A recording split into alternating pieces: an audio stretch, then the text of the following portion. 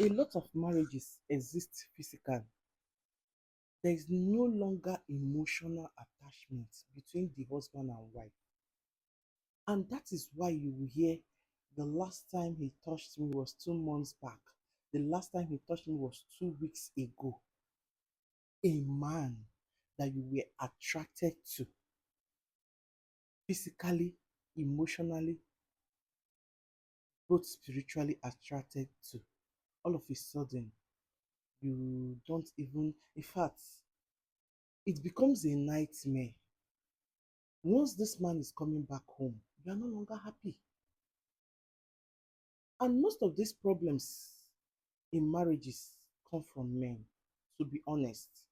I know I am an advocate for men in marriage, but most of the problems, because you start seeing other men, you want to control your home, you want to write, as in, you want to put laws without asking. You want to make laws exist and happen in your home, forgetting that you did not start like this. This was not how you started. This was a woman that when you want to get a property, maybe it will be like, honey, please. Now I have 10 million naira I'm not using. I want us to get a property in Lagos, a island. And she'll be like, no, let us get it on the mainland. As in, you dialogue, the emotional attachment is still there. You still feel for each other. You still like, remember, I have a wife, I have a partner. I'm answerable to. I have a partner. I need to ask. But all of a sudden, you want to, those people you see, or those men you want to emulate, they things may be working well in their home. I am not saying because of this, women, that before your man drinks water, he has to tell you. No. But a lot of marriages are dead. They are just physically existing because we don't want people to talk, because kids are involved. You've moved this woman mad up to the extent that she now, as in, just hides under the love of her children. Ah, I wish children were not involved in this marriage. I'll just move. This is the situation of most women in marriages.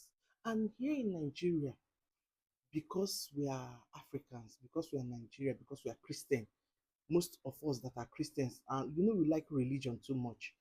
Even the those that are Muslims, they will be like, I don't want I don't want people to talk about me. I don't want society to see me as a failure. I don't want. A lot of women are lonely. A lot of men are lonely in marriage. In fact, the highest level, if we have to like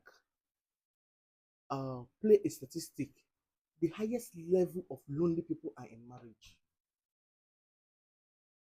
See, then they will come out every morning smiling. This is a woman that maybe probably she has had child or children for you. She has emotionally carried these kids. She has spiritually, physically carried this kid. So a lot of things have gone wrong. A lot of things have gone wrong where she is. Physically, spiritually, emotionally.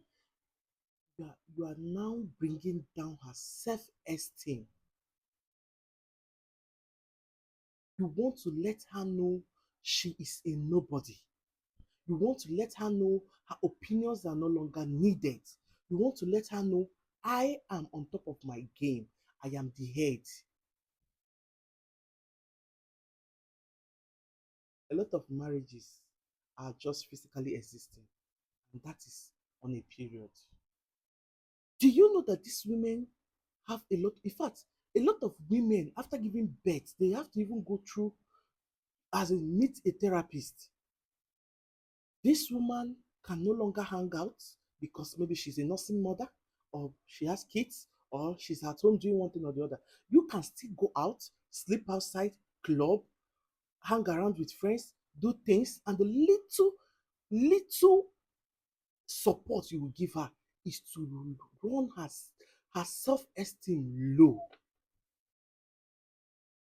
Any man that body shames you after having kids for him, or that talks to you anyhow or don't value you, he is not worthy enough to have you.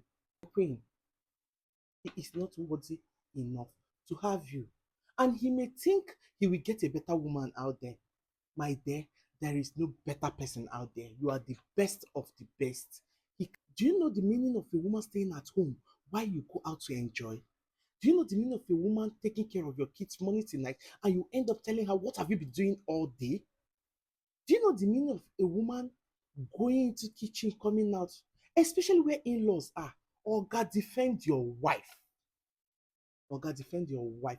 And some of you in-laws, you are you deliberately do whatever you do because she's not your sister or he's not your brother. Right? You deliberately do everything you are doing. You want to know or you want to hear what this one will say. Eh, ma, can you believe my brother's wife served me food with one meat? Can you believe my sister's husband? I greeted him and he answered him. A lot of phone calls, a lot of networking, even networking going on. One day, you two will be someone's in-law.